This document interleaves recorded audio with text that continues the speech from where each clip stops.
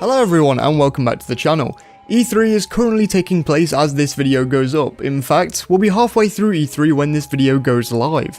So today I thought I'd stem outside of just the Zelda community. Today I'd like to talk about Nintendo in general and what I expect them to do at the Nintendo Direct at E3. A predictions video if you will, though I will mention some things that I don't think will be at the Direct. So before we get into it, if you'd like to see more Zelda content in the future then please do subscribe now as it really does help me out. On we go with the video. First of all, we'll quickly be talking about a Nintendo IP that would most likely be announced in a separate presentation. In fact, by the time this video goes up, we might just have confirmation on this game. The game I'm talking about is, of course, the sequel to Mario & Rabbids Kingdom Battle, a game that functioned very similarly to Advance Wars or Fire Emblem in a way. And it was a blast. It was one of the first Switch games I played and I'm glad that was the case. I also thought it had a lot of room to grow, so I'm going to start this video strong and predict that Mario & Rabbids could be at the Ubisoft Forward event that happens today when I'm recording this, only about 3 hours away in fact.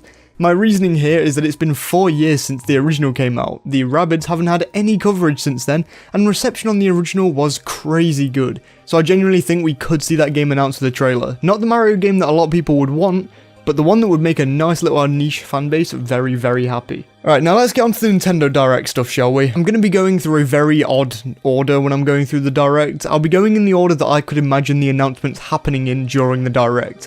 So I'll literally be going through the Direct itself, bit by bit, whilst also talking about some hopes that I don't actually think will come to fruition. But first of all, let's talk about some hopes that I've seen going around online that I'm predicting will not be at the Direct. Let me just quickly state that I know nothing overall, this is all speculation, and this could all be wrong at the end of the day, but speculation on E3 is food for me. I'll also only be talking about first-party Nintendo games in this video, so no More Heroes 3 and stuff like that, though I may talk about some already announced ones. So the first thing that I'd like to talk about is Super Mario Party 2. I'm predicting that this will not happen at this E3. I know a lot of people want this, and for good reason. It's a big game for Nintendo and it's been a while since Super Mario Party came out. But after the online update that recently came out for the original game, I just can't see it. To me, if a team refresh a Mario Party game with new minigames and an online mode, that means that they want us to keep playing that game, and that makes sense considering the fact that this game is still selling quite a lot of units per fiscal year. This is just a refresher while they keep creating the new next Mario Party game. And above all, they're probably testing out online modes in the original game before creating a second. So I'm sorry, but I'm predicting that the game is not shown. Let's talk about yet another Mario game. This one is much more wanted and needed in my opinion, yet I still can't say that it will be in the Direct, for two reasons.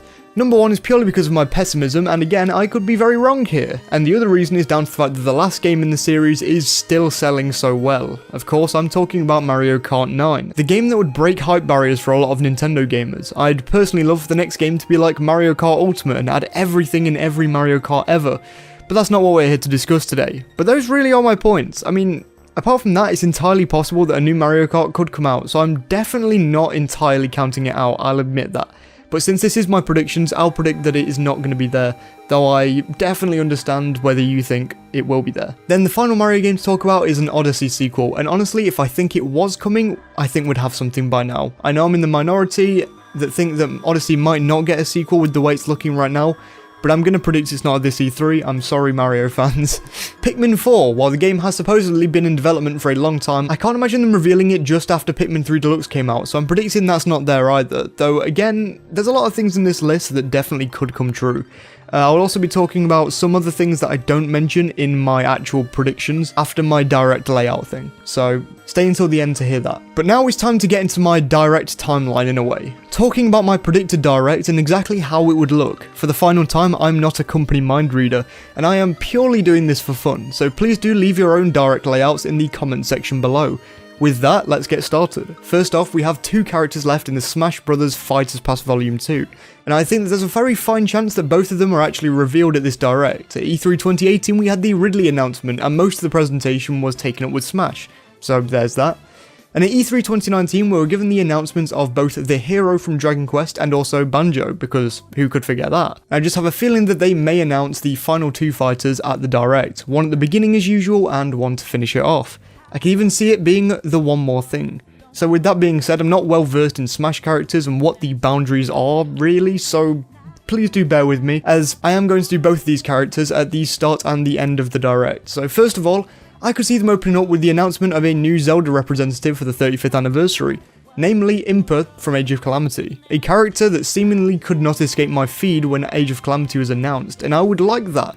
However, I'll also say that if the character is not a first-party representative, then I could also see it being a Resident Evil rep, namely Leon Kennedy or Jill Valentine, the two most recognisable Resident Evil characters with the exception of Lady Dimitrescu and maybe even Chris Redfield on a good day. Next up, I seem to recall that we normally get a nice little fun thing with some higher-ups in Nintendo, probably Koizumi or Doug Bowser again, and then we'd get into the first game of the Direct, and I think that would be our second look at the first bigger game that Nintendo is publishing next year, Pokemon Legends Arceus. I think that it would showcase some of the more minute details for us, and would also take care of that animation work, because sheesh, some of the animations were choppy in the original trailer for the game. I'd also personally like them to talk about what exactly is the replacement for gym battles, like why are you traversing this empty overworld aside from collecting Pokemon?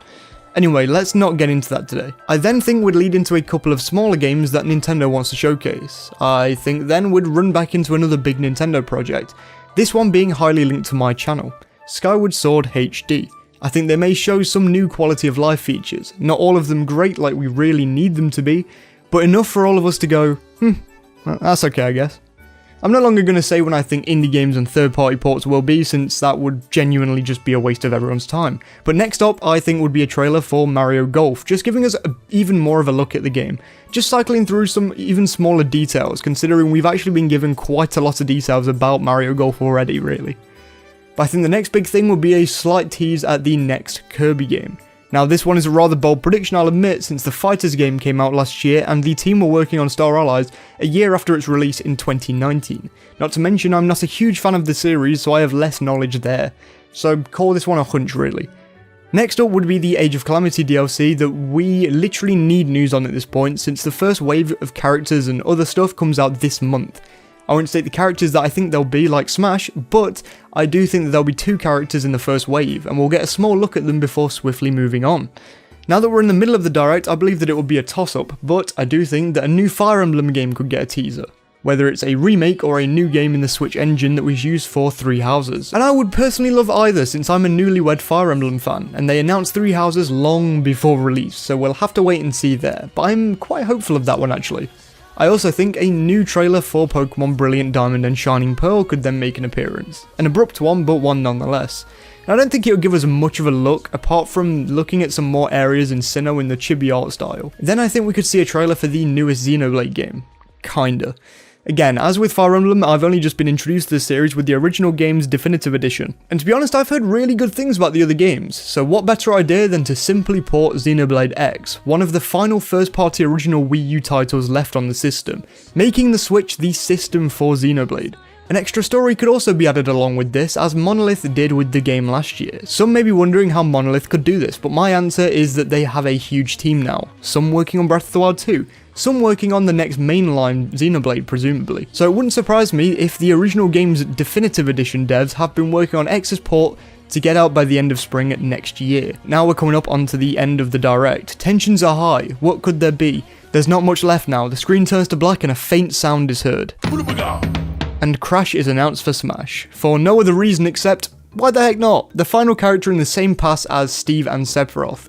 There is definitely a chance there, and it would make me a very happy boy, but then again, so would Rayman, but I won't go into that now. Finally, possibly one of my boldest predictions. IGO Numa makes his way onto the screen. Instead of a one more thing, Aonuma thanks the community for their continued support over the 35th year mark, and states that there is still plenty more coming for the festivities of Zelda's anniversary. But for now, they only have one thing to show us. A full trailer to Breath of the Wild 2. Name reveal and release windows sat right there staring at us, and I will be positively glowing. The screen fades to black, E3 is over. Let's talk about a few things that I didn't discuss, namely Splatoon 3. I think the trailer we've been given is more than enough to warrant us not seeing the game until the end of the year, considering we got a good look at gameplay and cinematic bits in February. This could very well still be wrong, as this is quite a bold prediction for me, I'll admit. But the next thing is the Switch Pro. The announcement for E3 did state specifically software for the Switch. I still really want a Pro, but I can't really see it being at E3, it'll probably happen after E3 at this rate. Another thing is Warioware. There's been a few little rumours for Warioware, especially recently, and I think it's inevitable that we do get one of those games on the Switch soon. But I think it'll be a game for next year. Metroid Prime Trilogy HD. I do think it's coming, just not yet. Again, it's another gut feeling sort of thing. Next is the Zelda Collection. I think this is what Aonuma would hint at the end of the direct, and would get something later on in the year after Skyward Sword HD's release.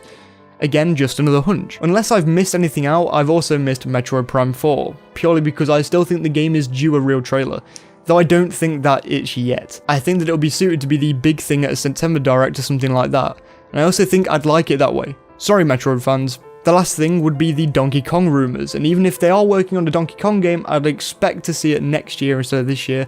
Again, I'm sorry to you fans. Again, all of these could be wrong, so please do let me just make it very clear that I could be wrong with every single thing I say here. I don't know anything at all. Nothing in this video I know for sure. But let me say something very, very important that I said last week as well. Do not get your hopes up. I have made this predictions video for fun, not to actually expect all of this. I don't expect any of this. In fact, all of this could make it up a 40-minute direct by itself easily. In fact, most of this stuff is kind of out of reach. For example, I don't really know if Xenoblade X would have any chance of being ported, but I put it on here because it is fun to speculate. So please do not get your hopes up. Like I've said, you can hope for the world, but do not expect anything. It makes it much easier, especially in an E3 space. Please do comment below how excited you are for E3 though, because the very prospect of watching E3 presentations again has me positively ecstatic. Thank you so much for watching. If you enjoyed them, please do leave a like rating and subscribe to see more videos from me, especially since I'll be making more videos on specifically Zelda stuff from next week once again. And no doubt I'll be uploading my reactions to stuff this week, so I hope you'll join me for the E3 hype. The people you can see on screen right now are the coolest people in existence, as they're my Patreon supporters. And as you can see, Sumji is such a cool guy with a little Triforce coloured name and everything. Thanks so much for the continued support, guys. If you'd like to join them, then you can for as little as £1 or $1.50 a month, or even more if you're feeling mighty generous. You can find the link to that in the description. Along with that link, you'll find the link to the rest of my media platforms, so follow me on them to keep up with me.